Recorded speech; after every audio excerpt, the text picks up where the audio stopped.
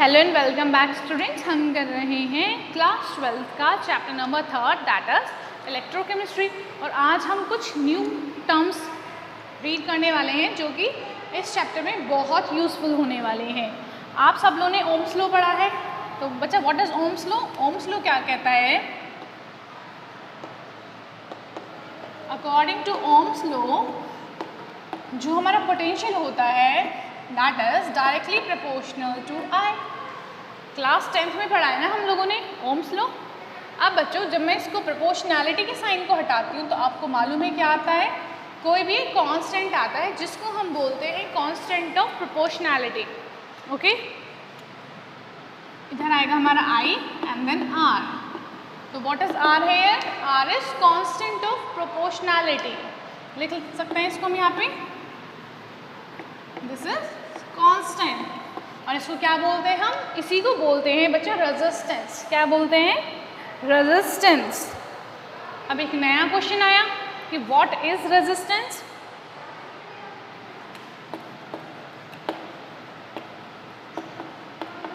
Resistance which is represented by R। बच्चा resistance का मतलब होता है किसी भी चीज़ के अगेंस्ट जाना, रेजिस्ट करना, रोकना उस चीज़ को। जब आपके वायर में इलेक्ट्रिसिटी का फ्लो हो रहा है तो ये प्रॉपर्टी क्या करेगी? रेजिस्टेंस क्या करेगा? उस इलेक्ट्रिसिटी के फ्लो को रोकेगा। तो व्हाट इज रेजिस्टेंस? ये प्रॉपर्टी होती है that resist the flow of current. और इसकी SI यूनिट क्या होती है बच्चा? इसकी SI यूनिट होती है ओम। क्या होती है? ओम। कोई दिक्कत नहीं है यहाँ तक? ठीक है बच्चा। अब रेजिस्टेंस किन किन चीज़ों पर डिपेंड करता है? आपने दो तरीके के वायर लेने हैं। अब उसमें आप कैसे चूज़ करोगे कि किसका रेजिस्टेंस ज़्यादा है और किसका रेजिस्टेंस कम है? अब देखो बच्चा, इधर से करंट आ रहा है और ये इधर से रेजिस्ट कर रहा है इसको, ठीक है? ये करंट आ रहा है, ये रेजिस्ट कर रहा है। तो रेजिस्टेंस की वजह से क्या होगा? जो करंट है ना वो थोड़ा बहुत कम हो जाता है। जितना ज़्यादा रेजिस्टेंस, अब ये जितना पावरफुल होगा ये उसको आगे नहीं बढ़ने देगा, है ना? ये हल्का होगा तो करंट इजीली फ्लो कर सकता है। तो आपको मालूम है कंडक्टर्स क्या होते हैं? कंडक्टर्स वो होते हैं जो इलेक्ट्रिसिटी को अच्छे से कंडक्ट करते हैं। और आपको ये भी मालूम है कि जो हमारा Ag होता है सिल्वर, वो बेस्ट कंडक्टर है। क्यों? क्योंकि उसमें रेजिस्टेंस बहुत कम होता है। तो बच्चों क्या मैं ये लिख सकती हूँ कि देखो अब हम बात करेंगे कि फैक्टर्स कौन कौन से हैं जिन पे रेजिस्टेंस डिपेंड करता है। रेजिस्टेंस जो होता है बच्चा डायरेक्टली प्रोपोर्शनल होता है लेंथ के। जितना बड़ा वायर लोगे आप उतना ज़्यादा रेजिस्टेंस होगा। तो resistance is directly proportional to L and it is inversely proportional to area of cross section. Area of cross section मतलब उसकी चौड़ाई कितनी है। जितनी ज़्यादा लेंथ होगी रेजिस्टेंस उतना ज़्यादा बढ़ जाएगा, जितना छोटा एरिया होगा उतना ज़्यादा रेजिस्टेंस होगा। तो हमें क्या चाहिए? हमें कोई ऐसा वायर चाहिए जिसकी जो लेंथ है वो तो कम हो और जो उसकी ब्रेथ है वो ज़्यादा हो। एरिया ऑफ क्रॉस सेक्शन कैसा हो बेटा? उसका ज़्यादा होना चाहिए, ठीक है? तो फ्रॉम 1 and 2 मैं क्या लिख सकती हूँ? इसको मैं अगर एक साथ ज्वाइन कर दूँ, ऐड कर दूँ, तो मैं ये लिख सकती हूँ कि R is directly proportional to L and is inversely proportional to area of cross section। अब यहाँ पे देखो ये क्या आ गया?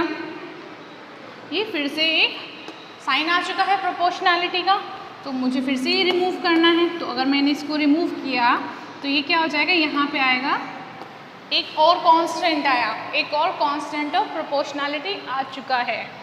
इसको एज इट इज लिखेंगे और इसका नाम देखेंगे क्या होगा।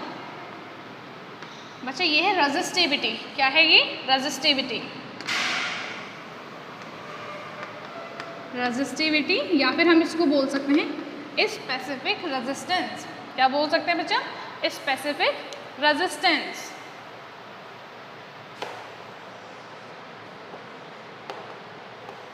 This is specific. अब बच्चा इसको स्पेसिफिक क्यों बोला गया है?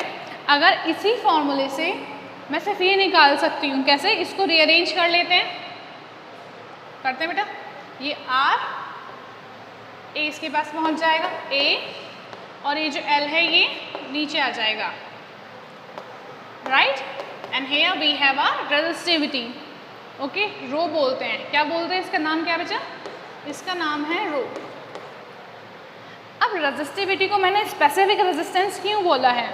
अगर मैं एरिया ऑफ क्रॉस सेक्शन लेती हूँ 1 मीटर स्क्वायर, अगर मैं ये लेती हूँ 1 मीटर स्क्वायर, लेंथ लेती हूँ 1, लुक, तो बेटा क्या होगा? इससे ये कट जाएगा, इससे ये कट जाएगा, लेकिन यहाँ पे क्या बचेगा? ये बच जाएगा, है ना? 1 से 1 कट जाएगा। तो जब एरिया ऑफ क्रॉस सेक्शन है 1 मीटर स्क्वायर और लेंथ कितनी है बच्चा? लेंथ है मीटर, 1 मीटर, तो हमारा जो रेजिस्टेंस है वो किसके इक्वल हो जाएगा? रेजिस्टिविटी के। या बोल सकते हैं जो हमारी रेजिस्टिविटी है वो रेजिस्टेंस के इक्वल हो जाएगी, इसीलिए इसको क्या बोला गया है?